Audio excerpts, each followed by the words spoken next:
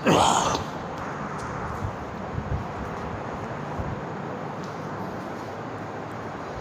alaikum to everyone who is watching this video lecture. This is Waqar from Camden International Science College at Talayan. Welcome to all the student classroom training इस video lecture में। मैं उम्मीद करता हूँ इससे पहले जितने भी लेक्चर मेरी तरफ से या सर समी साहब की तरफ से डिलीवर किए गए यकीनन वो आपने अच्छी तरह से समझे होंगे, उनकी प्रैक्टिस की होगी और उनको लाजमन अपनी नोटबुक्स के ऊपर दर्ज किया होगा या नोट्स बनाने की कोशिश की होगी। Dear student, as you know very well, in previous lecture I was talking about the kinds of a sentence. एक सेंटेंस की कितनी किस्में होती हैं हम उसके ऊपर डिस्कशन कर रहे थे। And you have already covered 2 types. आप 2 टाइप्स को कवर कर चुके हैं, यानी आपके पास 2 टाइप्स का डेटा या इन्फॉर्मेशन मौजूद है। So right now in this lecture you are going to learn about another 2 types. जब आप मज़ीद 2 टाइप्स इसको पढ़ोगे तो आपकी 4 टाइप्स हो जाएंगी। And there are only 4 types of sentences. Sentences की कितनी टाइप्स होती हैं? 4 होती हैं। उसको मज़ीद बढ़ा चढ़ा के 8-9 बना दिया जाता है। But according to the book of Wren and Martin, I have already mentioned and I have already referred to that book.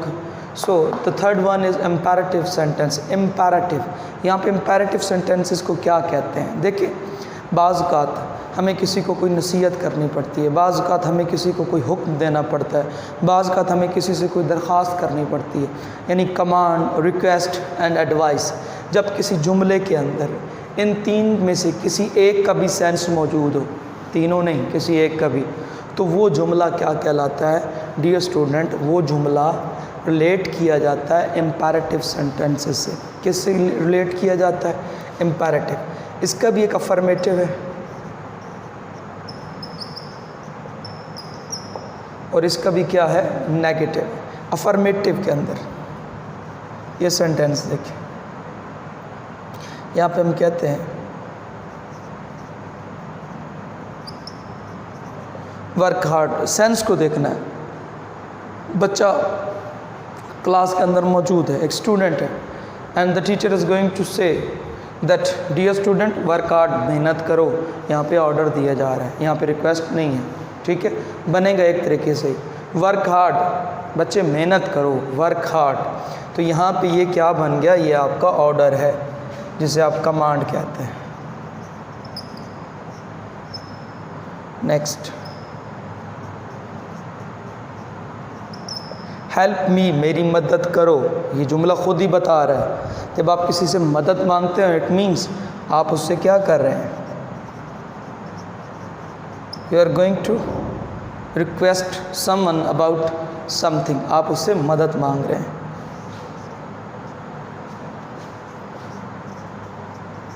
Take this medicine daily, इस दवा को रोज़ाना लो। टेक दिस, यहाँ पे एक डॉक्टर है और अपने मरीज़ को कह रहा है टेक दिस मेडिसिन डेली। तो ये किसके अंदर है? ये एडवाइस के अंदर है। जैसे आप कहते हैं अवॉइड फ्रॉम बैड, ये भी एडवाइस है, बुरे लड़कों से दूर हो।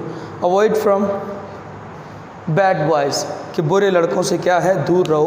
तो ये देख सकते हैं आप इस तरह, ये क्या है? इम्पेरेटिव सेंटेंसेस हैं। इसके ऊपर एक अलग वीडियो लेक्चर के अंदर मैं डिटेल से बात करूंगा इनको बनाया कैसे जाता है।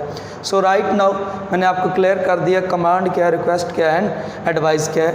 And these 3 parts are included in imperative sentences. Imperative sentences consist of these 3 topics, these 3 points। In 3 points के ऊपर मुश्तमिल होते हैं। इसका एक स्क्रीनशॉट लें।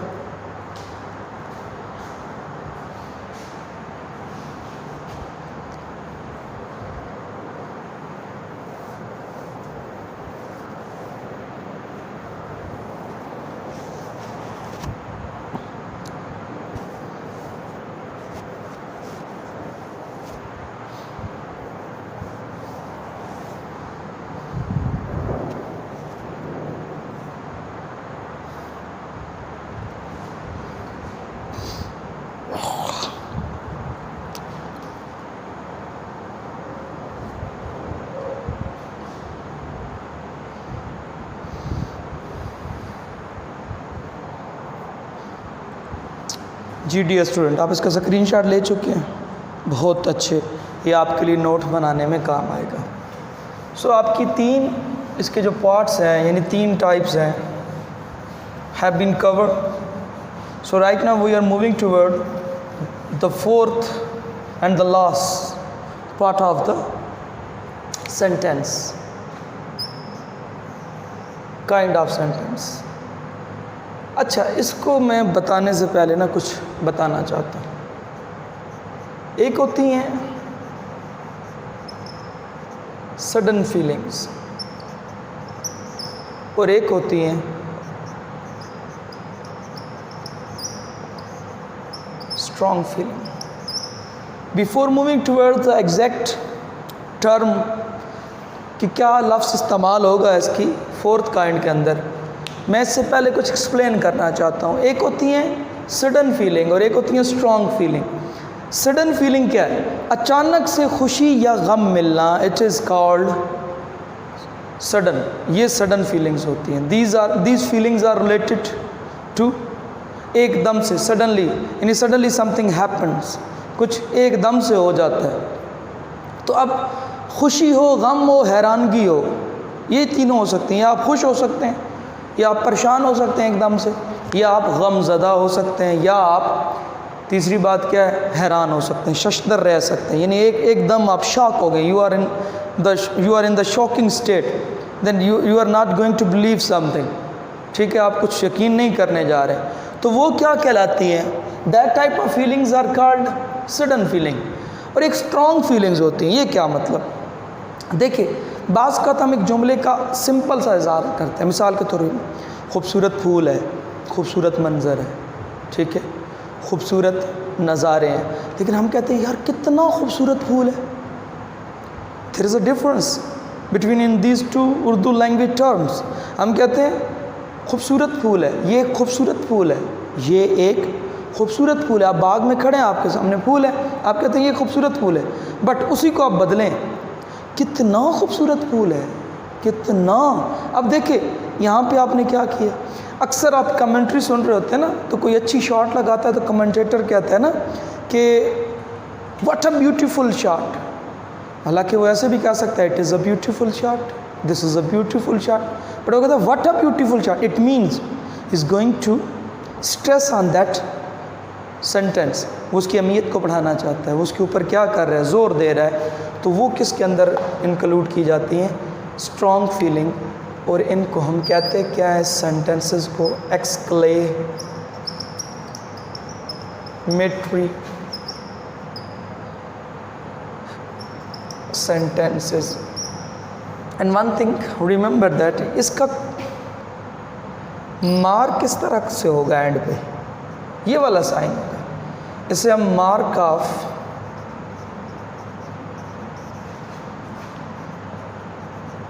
एक्सक्लेमेशन का नाम देते हैं। जैसे मार्क ऑफ क्वेश्चन होता है, क्वेश्चन मार्क होता है। Here is also another mark which is known as mark of. यहाँ पे फुल स्टॉप नहीं आता, यहाँ पे क्वेश्चन मार्क नहीं आता।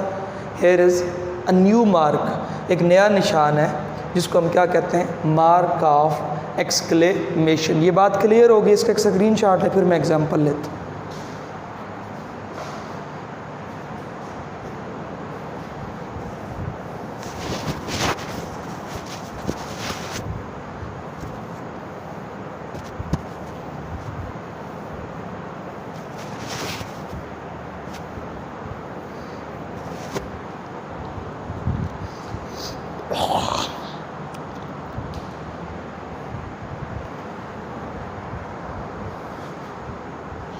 जी डियर स्टूडेंट, अब हम इन्हीं फीलिंग्स को सेंटेंसेस के थ्रू एक्सप्लेन करते हैं ताकि आपको मज़ीद समझ आ जाए।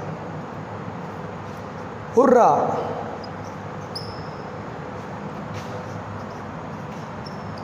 वी वन द मैच,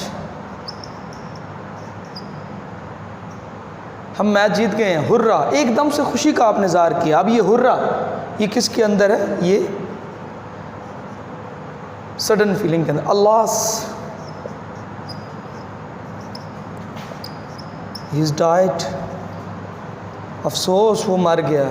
अब यहाँ पे देखें, ये भी क्या है, ये एक सडन फीलिंग है। यहाँ पे भी एक्सक्लेमेटरी मार्क इस्तेमाल कर सकते हैं और एंड पे भी कर सकते हैं, दोनों हो सकते हैं। अलास ही इज़ डाइड, अफसोस वो मर गया। यहाँ पे क्या है, ये सारी की सारी आपकी सडन फीलिंग्स हैं। मैं इसको अरेज करता हूँ।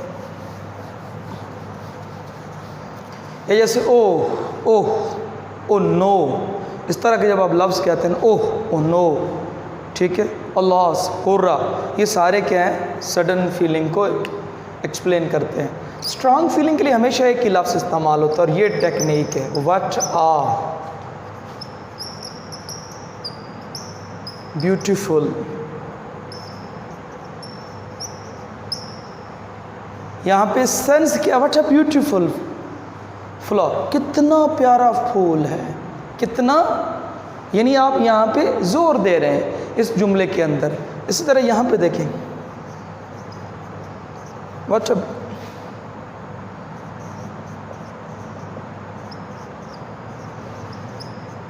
अ ग्लोरियस शॉट, ग्लोरियस, शानदार, कितना ज़बरदस्त, कितना आला उसने शॉट खेला है।